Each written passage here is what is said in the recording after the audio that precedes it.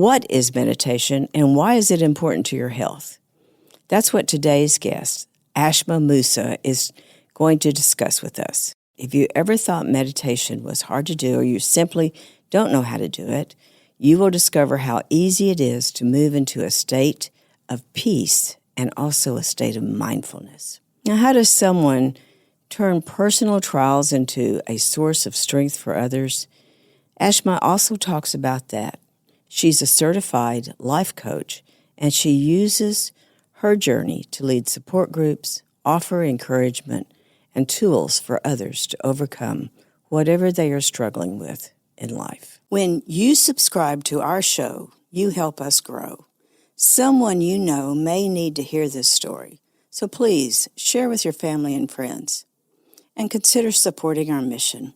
Your donation can help save the life of an uninsured woman. Let's talk about your breast. A different kind of podcast presented to you by The Rose, a breast center of excellence and a Texas treasure.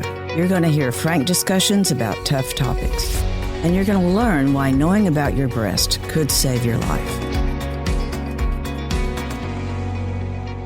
Ashma, thank you so much for being with us again today. It's wonderful to have you here. Thank you, Dorothy, for having me here today. It's always a pleasure to do something for The Rose. Yes, you've always been a champion. Ashma is a board member, a 2-time cancer survivor, and some people would call her a spiritual director. Now, I know that's a little stretch for you, Ashma, but you know, you have your own support group. You are certified as a life coach. And that is not just a normal life coach. It's someone who knows nutrition and health and combines all of the well-being of a person. But when I say spiritual director, it's also because you've had your own road of challenges. You know, when I think about what I know about you, you lost your mother at a very young age. You left your country to come to the U.S. You are trained as an RN, and you also had to go through an incredible trial to even have children. Yes. Yes.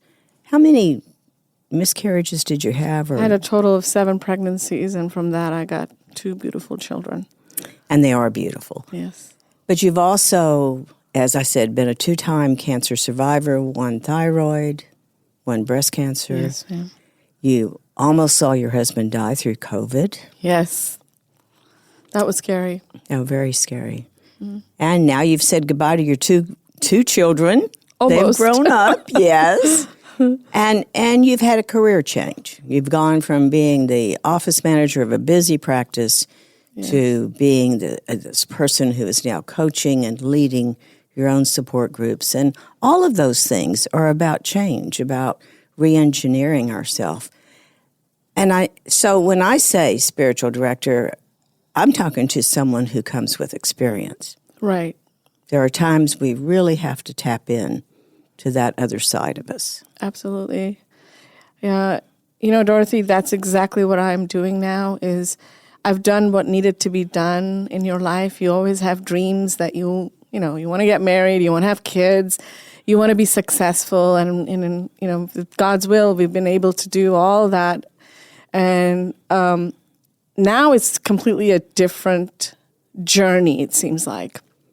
But whatever I've learned in the past and all the challenges and all the beautiful things that I have seen and done with my travels, met people, I can really truly apply that and give what I have learned. It's a gift. Oh, yes. Okay? It's a gift, and I want to pass it on to other people. I don't want to keep those secrets in my heart, like, oh, I did this, but I'm not going to share it with... No, I want to open up, and I want to touch more people in my life and be able to make them a better person. Sometimes it's needed for them. Depends on what kind of person you come across. You might come across a person that has never gone out of the world. And when I talk about my travels, they get so excited. Like, really, really? And that encourages them sometimes. Or sometimes I'll talk to somebody in my support group, and I see how down in dark spaces they go into, And I try to lift them, but really you have to be in that dark space and you have to come out of it as well. No one's going to lift you out. So I give them the tools, how to do that, encourage them, follow up with them, making sure you don't just talk to them and then you just drop the ball on them. You follow up and find out where they're at with that. And now this isn't just a cancer support group. This is a support group for all types of different needs that a woman, particularly women. Women is, of course, my soft spot. So women draw to me. They feel safe talking to me. I always tell them whenever they're starting to talk to me, they're a little hesitant to talk to me. But when I tell them, listen, whatever you tell me here today, it stays in my heart and I take it to my grave. It's not going to be, spoken about. So this is your safe space, and consider me as your friend or your, advocate or your, whatever it is. I'm here to support you. You're not alone. Right. They want to hear that they're not alone, because with my own experience, I felt alone in those challenges. Mm-hmm. And I guess I was too scared to tell other people about what I'm truly what's going on with me with all these different challenges. But now when I look back, I feel like I wish I had reached out to somebody. Maybe that would have been a little bit of an easier journey. Yes, you learned that. Yes, that lesson well, for sure. And even though you are counseling many women from many faiths, it is in your own community that you have really established that sense of trust, which is very hard to do sometimes. It was really hard. And actually this vision of starting a support group started right after COVID. We were noticing a lot of our community members were coming into the mosque talking to our imam about the struggles they're having. And some of the struggles the saddest ones were with couples. Mm-hmm. And so that's when, our leader, Sheikh Walid, asked me, he says, maybe we should start a support group. And so I said, I can start a small one and let's see how it goes. So we put the word out, and I really didn't think that people were going to show up at the support group. And I had 25 women showed up. Oh, my. So I thought to myself, I have 1 hour and I have to go through 25 women and be able to, minister this and understand. And this was just the beginning. So I basically had to sort of consolidate it so we could talk as a group. And the only question I asked was, what brings joy to your life? And we spent the whole entire hour and a half talking about how each one felt, what joy means to them in their life. Oh, what a great question. Yeah. It's a small question.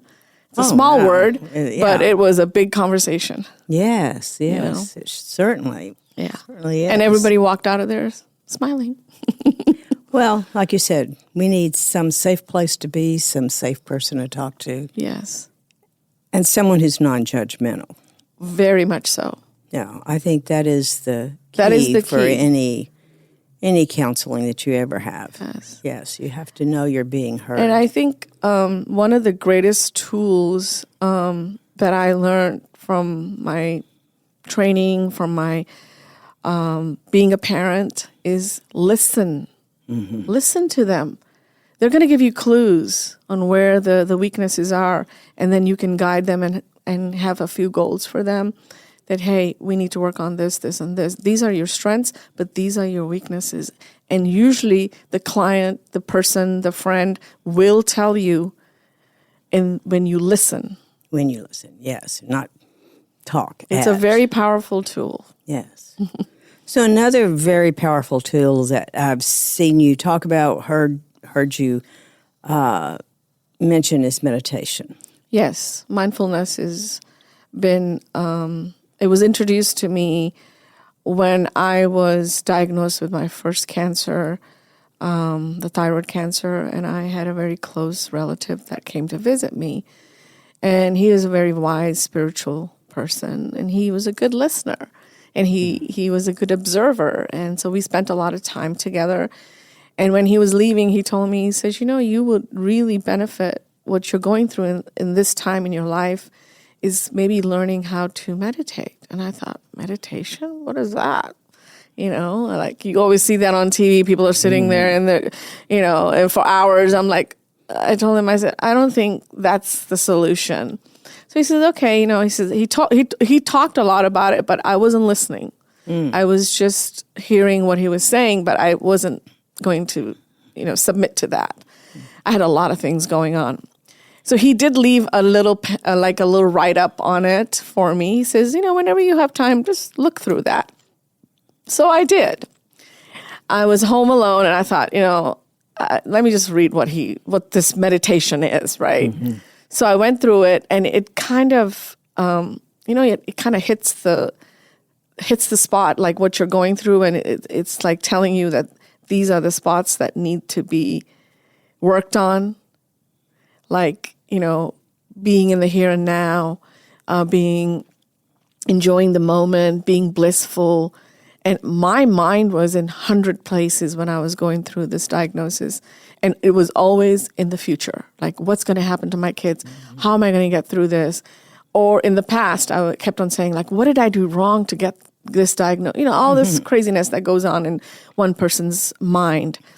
So when I started reading more about it and started to research, and he mentioned the place where I could go.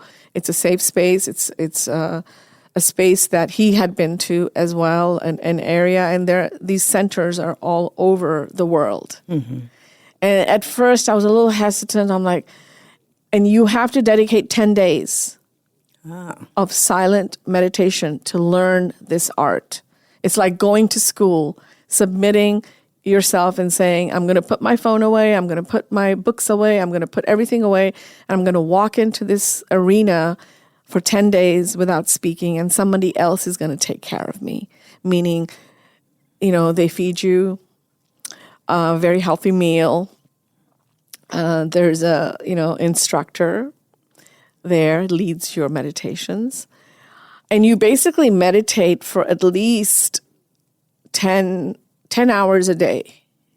And break in between you have breaks, but your whole focus, your whole class is being mindful. And it's almost like an exercise, and they know exactly where you're at the first day, the second day, and they tell you at the end of the day, are you feeling this? Are you feeling that? It was almost like a dissection of your brain. Oh. Okay, and all the things that you had forgotten about, it all kind of surfaces. And mindfulness is basically shutting off your mind and focusing on the breath. And you think it's easy, but it's not. Mm-hmm. The first day I had a hard time sitting down. Like, I can't do this. I can't, I'm feeling pain in my leg, and they would keep saying that, just ignore it, promise it'll go away. Mm-hmm. The more you put attention to that, the more you're going to feel uncomfortable and your mind is going to wander. So it was very difficult the first 3 days. But the third day, I was able to, sit still and focus on my breath. And when I started third or fourth day, when I really started focusing on my breath, I became humble and more grateful that I could actually hear my heart. This heart continues to beat from the day you were born, and you don't even appreciate it. Mm. So it kind of grounded me. By the fifth day, I could not sleep because I don't know. I was wide awake. I was fresh. I couldn't sleep at night. So I asked my instructor, I said, I'm not able to sleep at night, but I'm rested. I feel great. He goes, your mind is so at rest that you probably don't need any sleep. Ooh. So it was a spiritual, emotional, physical, mental journey when I did this exercise for 10 days. And not speaking to anybody, At first, I thought this would be the hardest. I think that was the best thing I ever did. But now, Ashma, I want to be sure that not everyone has the luxury or has to go through that 10 days. No. I know for you, that's what gave you that extra grounding at a time that was very needed. Yes. Because I really think the years that I was doing yoga and being an instructor, meditation, that part of it was always the hardest for us to get into, to leave behind whatever we walked in with. But after you get used to it, minutes, hours can go by. Yes. I mean, and I'm saying that to our listeners because I don't want you to think you have to go sit for hours on a zafu and be still and all that, because it can start with very little things. There are different kinds of meditation. Absolutely. I think sometimes when we're driving and our mind is really not involved in driving, which it should be, but it's off going somewhere else if we're not listening to something or on our phones. Right. All of a sudden you'll get this idea or you'll have this sense of well-being come over you. You know, it is when your mind is able to leave behind all that is going on. Absolutely. What did we use? We used to call that something in yoga, monkey mind. Yeah, where you monkey jump mind. from It's constantly one thing going. to, yes. And it was, the way I learned was always, just say hello, acknowledge it, goodbye. Yes. Hello, acknowledge, goodbye. And pretty soon it's gone. It's just I out of think there. for me, to me, this beautiful art that I learned, it was almost like a school for me for 10 days. Oh, yeah. And now that I have this art, but I now experience that I'm able to easily take myself from whatever busyness there is, and if I need some time away from it, I know how to do that. A lot of people don't know how to do that because they've never done it. Right. But once you start doing it, it feels incredible in the sense you are cleansing yourself and putting yourself back into the element again instead of getting out of the element. So there's different ways to get into that space. You spoke of breathing. And is it counting your breaths, watching your breath? What? What I like to do is, because I'm a woman of, faith, and I like to, we have 99 names of our Lord. So I choose, and each name has an attribute.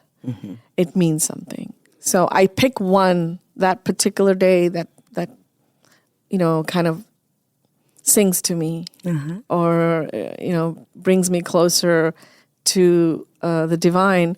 I pick that name and I just close my eyes and I focus on that and I chant that in my heart.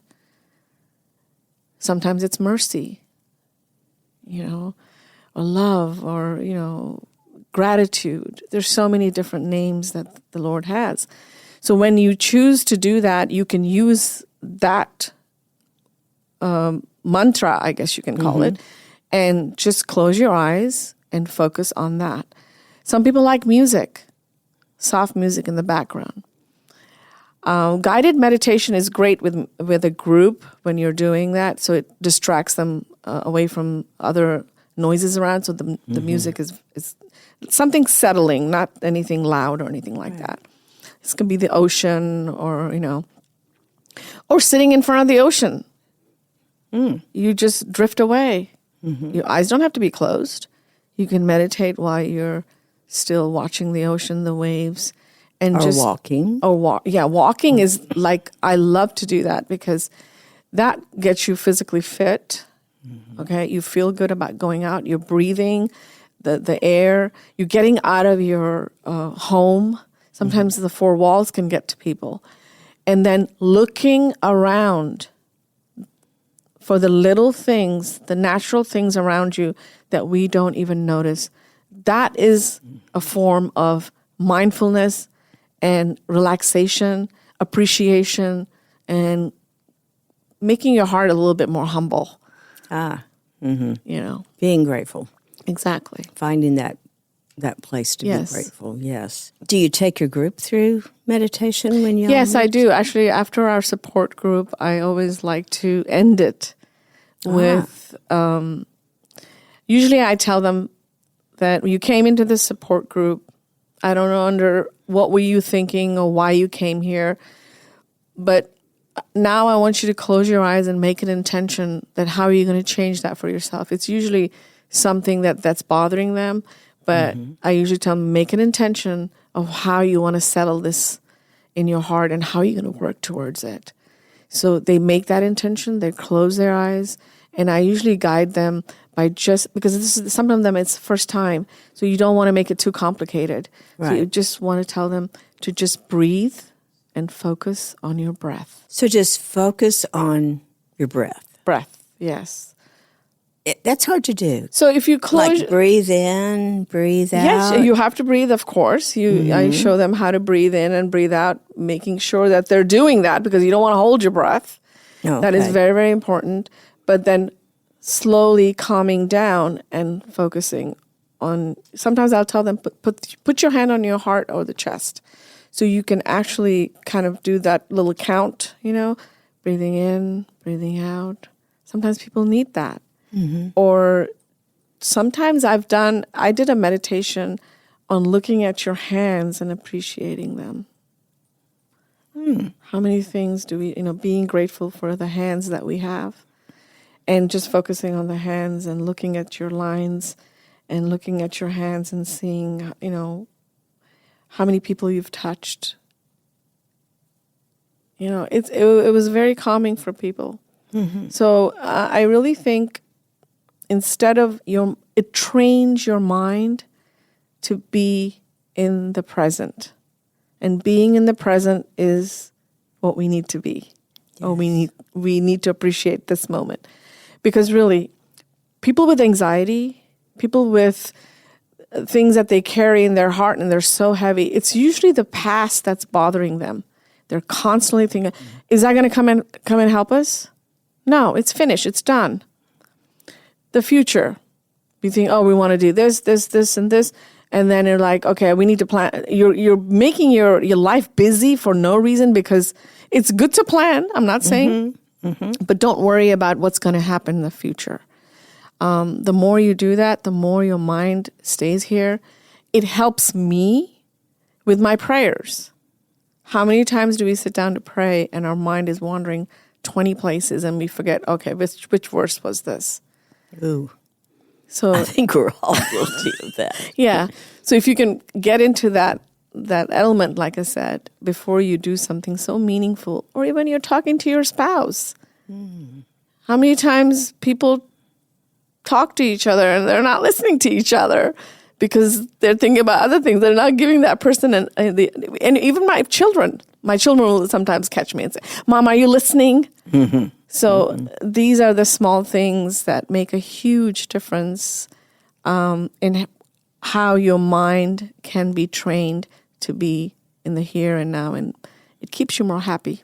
And Ashma, when I think about how you're talking about faith, and this has become a part of a practice within your own faith, most faiths have some type of instruction about being still. Yes. Be still and know I'm God. Be still and hear it is from within. Yes, absolutely. That's I think what the power of meditation. Yes. Is it allows you to go within. Yes. And hear different things even for yourself. Yeah, and stop the chatter that's going on. I think all faiths encourage this, and all great leaders have somewhere along the line practice mindfulness. I know that our prophet used to, Prophet Muhammad, peace be upon him, he used to go away into the mountains for a few days to clear his heart because he had to deliver this message. How is he going to do this? And, of course, there's a story behind that and, what happened in the mountain. But what I'm saying is even the greatest people that have to do the greatest work have to clear their mind and detach themselves so they can have a clear message given to... That is so true. Yes. The retreat that we take exactly can be the other part of our strength. Absolutely. And I think we all need that. It's okay to go on vacations with family and weddings and this, but I think you should have at least a once a year personal retreat with your loved one, or maybe even alone. And I've done that before, and it really is soul searching. Sometimes or if you're going into a different one, from one journey to the other, it kind of almost, you put an end to what you want to do, were doing, and now a new beginning. So how can a busy career woman do that, really? You don't have to spend 10 days to go somewhere like I did, but, obviously that was a learning a retreat for me. It was preparation for you. But even like at the end of the day, you need to create your own safe space within your home or wherever. So do you have an altar or something Yes, like I that? do. I've always, whenever we have bought a home, I always dedicate one area as our prayer area, where we go and pray. And, I have my mats. Put your favorite things that you love, that makes you feel comfortable. That is your space. Put your books that you read that really mean something to you. Surround yourself with those kind of things. And I think that should be your space at the end of the day. And some people start their meditation at the beginning of the day. Yes. I do mine at the end. My husband does it in the morning. I do it in the morning. Yeah. I just find it's easier. But it also helps me to not wake up with that. I do not look at my phone the first thing in the morning. I do not go to emails first thing in the morning. Because when I do, my day's gone. Yeah, it's distracted. You are. And so I have found that it works for me. But it also works for me anytime I can get out in nature. Yes, absolutely. Anytime I can. You just get into that zone. Right. Yes. And it is so healthy. It is so good. Absolutely. It's so healing. It is. And just, having your home bright, open the windows, it puts you in a different There thought. is truly energy in every place we are. Yes, and it's absolutely. like, I remember a talk one time about you can go into a prison, you can go into a church. If you don't believe in energy, just go from one to the other, and you can tell there is a sense of energy that sometimes needs clearing. Exactly. Yeah. But everybody goes into a dark space somewhere along in their life.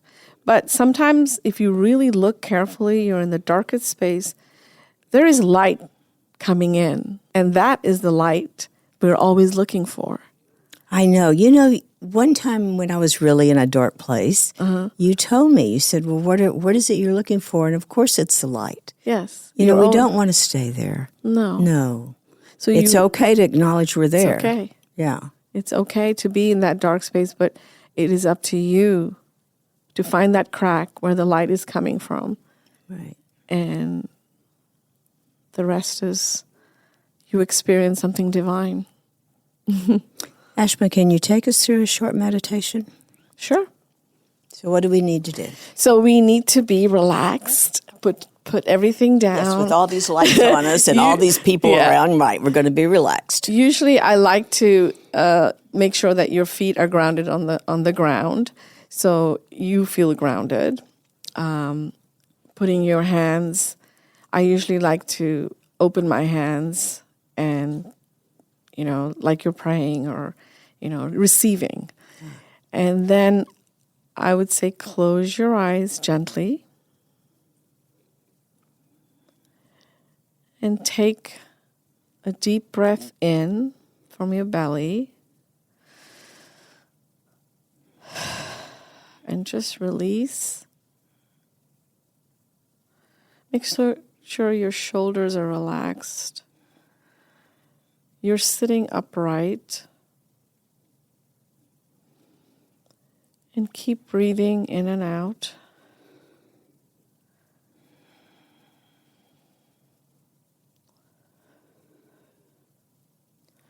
If you feel there's any thought flickering, thoughts coming through, just try to ignore them and keep breathing until you feel comfortable and settled with your breath.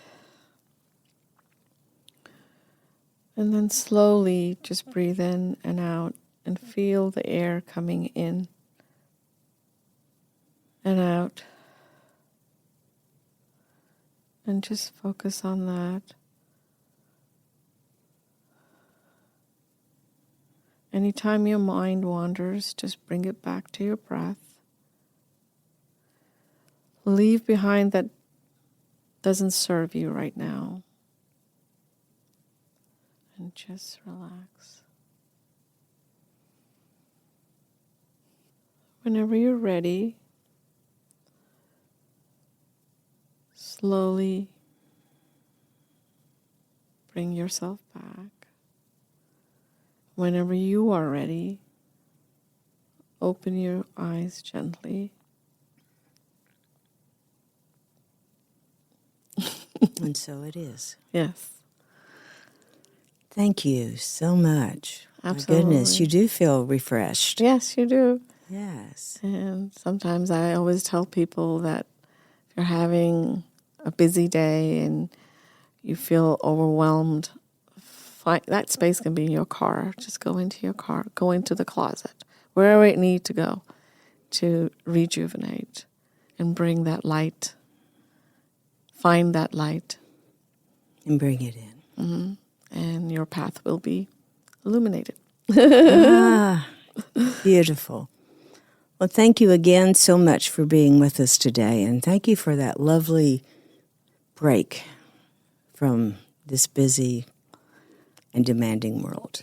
I hope whatever we spoke about today is going to reach people, and hopefully it's something new that they learned today from us. Oh, I hope so. Yes. Thanks again. Thank you. Thank you for joining us today on Let's Talk About Your Breasts. This podcast is produced by Speak Podcasting and brought to you by The Rose. Visit therose.org to learn more about our organization. Subscribe to our podcast, share episodes with friends, and join the conversation on social media using hashtag Let's Talk About Your Breasts. We welcome your feedback and suggestions. Consider supporting The Rose. Your gift can make the difference to a person in need. And remember, self-care is not selfish. It's essential.